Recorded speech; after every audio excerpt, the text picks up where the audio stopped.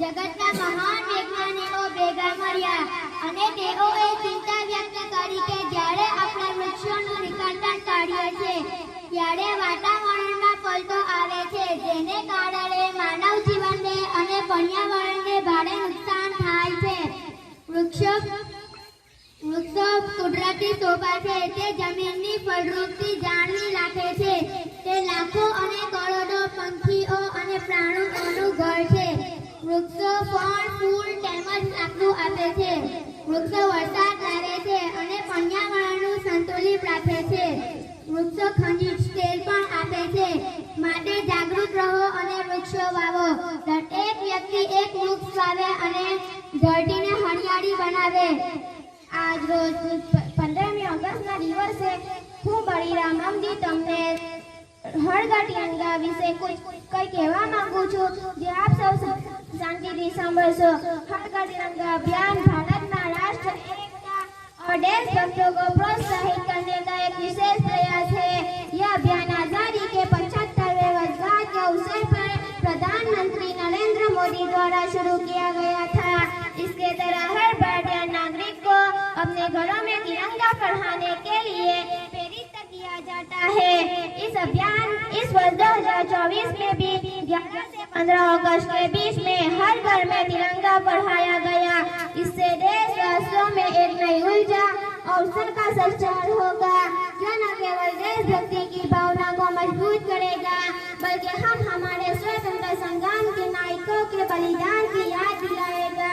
तिरंगा हमारे राष्ट्रध्वज का प्रतीक है और ये देश की विविधता में एकता, स्वतंत्रता और संप्रभुता को दर्शाता है. Good morning everyone, my name is Farhin Pula and today is 15 August. I wish you all a very happy Independence Day. This year we are celebrating our 78th Independence Day. We got independence from British rule on this day in 1947. Independence Day is a national festival of India. We should always respect our brave freedom fighters. This day teaches us to live in peace, love and unity. I am proud to be an Indian.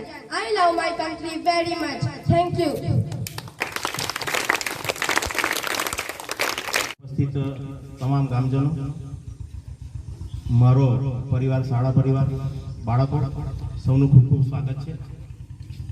હવે આપણે અત્રે ઉપસ્થિત ગામના વડીલોમાંથી જેમને કોઈને એક બે શબ્દ આ પ્રસંગ અનુરૂપ કહેવું હોય તો વિનંતી છે.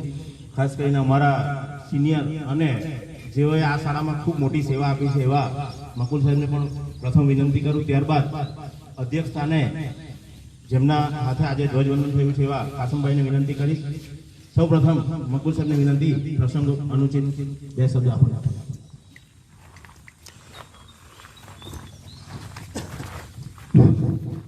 अस्सलाम वालेकुम સૌને નમસ્કાર. આઝાદ હિન્દ ભારત માતા કી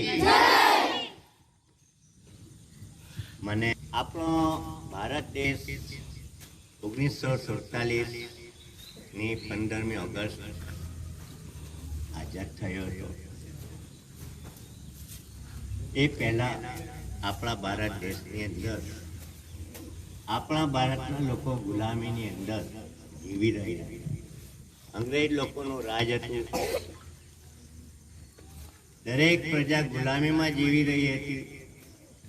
આ ગુલામીની જંજીરોની સાંકળોમાંથી મુક્ત થવા માટે આપણા મહાન નેતાઓ જેવા કે મહાત્મા ગાંધીજી, સરદાર પટેલ, મૌલાના અબુલ કલામ આઝાદ, ખાન અબ્દુલ ગફ્ફાર ખાન, જવાહરલાલ નહેરુ, આ મહાન નેતાઓએ પોતાનું બલિદાન આપી આપણા ભારતને આઝાદ કર્યા.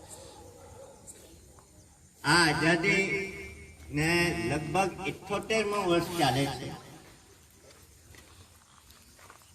78મા વર્ષના આઝાદીનો આપણે પર્વ મનાવી રહ્યા છે. એટલે આપણે ખૂબ નસીબદાર છે કે આ 78મો જે સ્વતંત્ર દિવસ ઉજવી રહ્યા છે.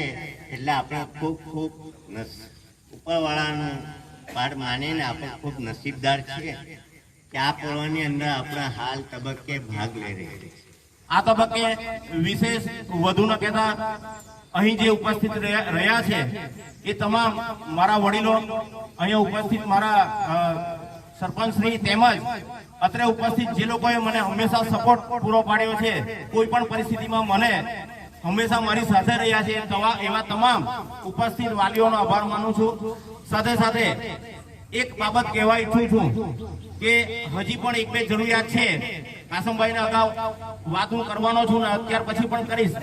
કારણ કે મેં હંમેશા એક મુખ્ય હેતુ એવો રાખ્યો છે કે જ્યારે બાળકો માટે માંગવાનું આવે ત્યારે હું કોઈ દિવસ ખચકાતો નથી.